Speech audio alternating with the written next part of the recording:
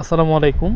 মালয়েশিয়ায় মূলত সাধারণ আধা দক্ষ বা পেশাদার দক্ষ এই দুই ধরনের ক্যাটাগরিতে বিদেশ থেকে লোক নেওয়া হয়। বাংলাদেশ থেকে সাধারণত যে খাতগুলোতে সবচেয়ে বেশি কর্মী নিয়োগ করা হয় সেগুলো হলো সাধারণ ও আধা দক্ষ কর্মীদের প্রধান খাতসমূহের মধ্যে উৎপাদন খাত অর্থাৎ ম্যানুফ্যাকচারিং, বিভিন্ন ধরনের পোশাক কারখানা, ইলেকট্রনিক্স, প্লাস্টিক, গ্লাস, রাবার ও খাদ্য প্রক্রিয়াজাতকরণ কারখানায় কর্মী নেওয়া হয়। নির্মাণ খাত যেমন কনস্ট্রাকশন, বহুতল ভবন, রাস্তাঘাট, ব্রিজের মতো অবকাঠামোর উন্নয়নের কাজের জন্য লোক নেওয়া হয়। প্ল্যান্টেশন বা বাগান, পাম অয়েল বা রাবার বাগানে ফল সংগ্রহ ও পরিচর্যার কাজের জন্য লোক নেওয়া হয়।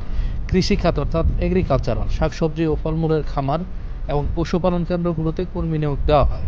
আবার সেবা খাত রয়েছে, যেমন হোটেল, রেস্তোরাঁ ও রিসোর্ট, সুপার শপ ও শপিং মল, ক্লিনার বা পরিচ্ছন্নতা কর্মী, লন্ড্রি ও কার্গো সার্ভিস, এগুলোর জন্য বাংলাদেশ থেকে লোক নেওয়া হয়।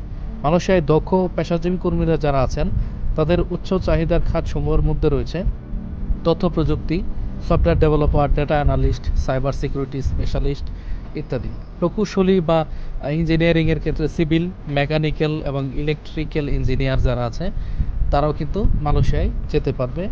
এইভাবে স্বাস্থ্যসেবা, ডাক্তার, নার্স ও মেডিকেল টেকনিশিয়ান, ঠিক আছে, এগুলো যারা অভিজ্ঞ আছেন তো তাদের আসলে বেতনও বেশি। তারপর আছে অর্থ ও হিসাবরক্ষক, অ্যাকাউন্ট্যান্ট, ফিনান্সিয়াল অ্যানালিস্ট ও রিস্ক ম্যানেজার, ঠিক আছে। তো এই যে দক্ষ পেশাজীবী কর্মীদের উচ্চ চাহিদার খাত সময় এগুলোতে কিন্তু বেতনও বেশি।